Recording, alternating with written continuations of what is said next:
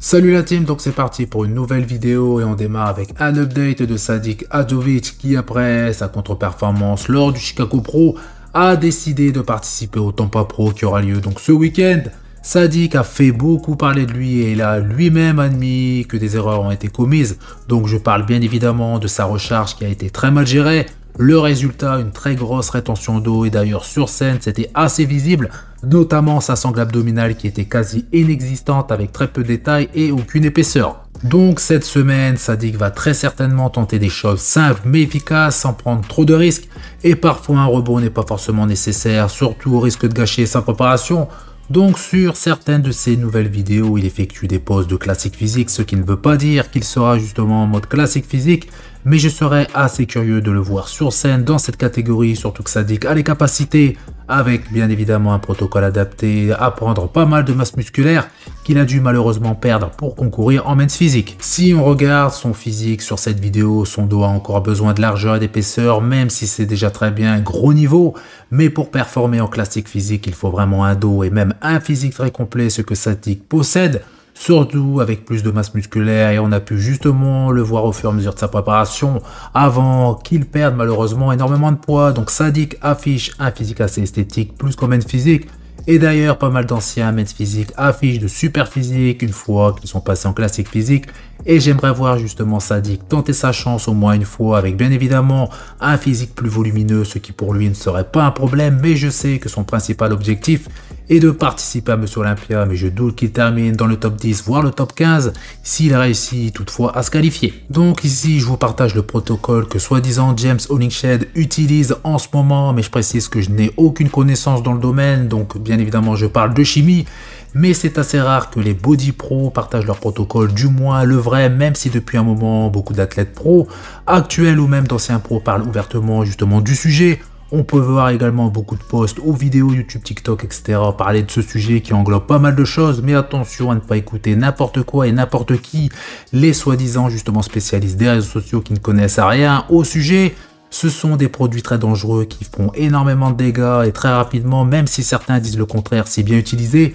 Bien évidemment, c'est totalement faux et la plupart, je dis bien la plupart des personnes qui utilisent ces produits connaissent les risques, mais malheureusement, beaucoup n'ont pas justement conscience de la dangerosité de ces produits. Personnellement, je suis contre, même si j'adore le bodybuilding, mais je suis conscient que c'est indispensable pour un pro bodybuilder, donc si des spécialistes du sujet suivent cette chaîne ou justement passent par ici, n'hésitez pas à me donner votre avis concernant le protocole utilisé par James en tant que pro bodybuilder. Donc utilise-t-il des dosages astronomiques ou au contraire des dosages très limités? D'après certaines personnes, car j'ai demandé des avis et selon eux ce n'est qu'une infime partie des produits qu'il utilise, et pour d'autres si c'est le cas, grosse génétique pour avoir de tels résultats. Dans tous les cas, je le répète, mais je ne suis pas du tout au point sur le sujet. On passe à quelques images de Big Ramy, même si ce n'est pas très intéressant, mais je pense que Big Ramy ne sera pas présent à Monsieur Olympia 2024 et je doute même qu'il remonte un jour justement sur cette scène. Donc ici, on voit clairement ses épaules, mais également triceps et biceps, donc bien évidemment c'est toujours très volumineux, mais je ne vois pas une condition qui pourrait justement me contredire par rapport à sa participation à Monsieur Olympia. Je ne vois pas non plus les rondeurs que Big Ramy a affichées justement en pleine préparation par le passé, physique assez plat, aucune dureté ni aucune qualité musculaire. Bien évidemment, si Big Ramy le souhaite, il peut participer à Monsieur Olympia, mais il va devoir se mettre sérieusement au travail. Même si je ne sais pas justement si cette vidéo est d'actualité ou non. Ramy avait déclaré vouloir participer à Monsieur Olympia 2024, mais nous sommes à 11 semaines de cette compétition et pour le moment je ne vois pas un physique capable de rivaliser avec le top athlète de cette catégorie. Même si Big Ramy est très doué génétiquement, il n'est plus tout jeune, donc sur le plan de la condition c'est tout à fait faisable, mais je ne sais pas justement à quoi m'attendre vis-à-vis de son physique dans sa globalité, mais en aucun cas il sera à son meilleur niveau et j'espère qu'il ne prendra pas la mauvaise décision en voulant participer à Monsieur Olympia en étant hors de forme. Hier, lors de ma vidéo récap du Dubai Pro Show, je vous ai parlé d'un problème concernant Rubiel Mosquera justement pendant sa préparation. Il a partagé une vidéo qui malheureusement est en espagnol, mais ça nous permet justement de comprendre certaines choses. Donc beaucoup s'attendaient à voir Rubiel dans le top 2, mais il a fini à la 4e place derrière Nathan. Alors que la saison dernière, lors de ses débuts pro, il s'est classé devant Nathan, même si sur cette vidéo, mais plutôt sur cette compétition, Le Dubaï Pro Show, Nathan est en meilleure forme et Rubiel lui a affiché une condition légèrement moins poussée que la saison dernière. Et justement, Rubiel a donné quelques explications. Pour commencer, Rubiel retourne en Espagne d'ici quelques jours et il prendra une décision concernant ses futures compétitions, ce qui est une excellente nouvelle. Nous verrons donc Rubiel Mosquera sur scène car elle a bien pour objectif de participer à Monsieur Olympia. Ensuite, il annonce qu'il va de nouveau changer de coach, mais il n'a pas donné de nom précis, mais il va sûrement travailler de nouveau avec son ancien préparateur. Et Rubiel a également expliqué qu'il a été obligé de changer de préparateur par rapport justement au contrat signé avec l'Oxygen Gym et donc de travailler avec un coach qui était justement sur place. Dans cette vidéo, il a expliqué qu'il est tombé malade une semaine avant la compétition et donc 3 semaines avant, comme j'ai pu le dire dans ma vidéo récap de la compétition. Il a failli également ne pas participer au Dubaï Pro Show, mais ses sponsors ont insisté pour qu'il y participe même malade. Donc bien évidemment, les propos de Rubiel sont à prendre avec des pincettes car d'après certaines personnes, ces informations sont fausses, du moins une partie, et je dois dire que Rubiel ne donnait pas l'impression d'une personne malade, que ce soit avant ou pendant le show. Il était vraiment souriant, il avait l'air en forme et il a même placé quelques petites pas de danse. Donc dans tous les cas, Rubiel ne retournera très certainement pas à l'Oxygen Gym vu les accusations et les propos qu'il a tenus dans cette vidéo. Donc après sa longue période de vacances, donc de repos il y a quelques mois qui n'était pas prévu, et maintenant il ajoute ce petit ou ce gros différent avec ses sponsors.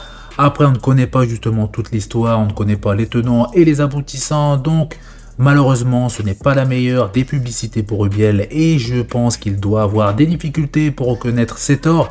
Et également, il n'aime pas être critiqué. On passe à la liste officielle des participants pour le Trompa Pro qui aura lieu ce week-end. Donc comme habituellement, je vous donne uniquement les noms des top athlètes de cette compétition. Donc Tim Bedechem qui enchaîne les compétitions depuis quelques semaines mais n'a toujours pas décroché sa qualification pour Monsieur Olympia.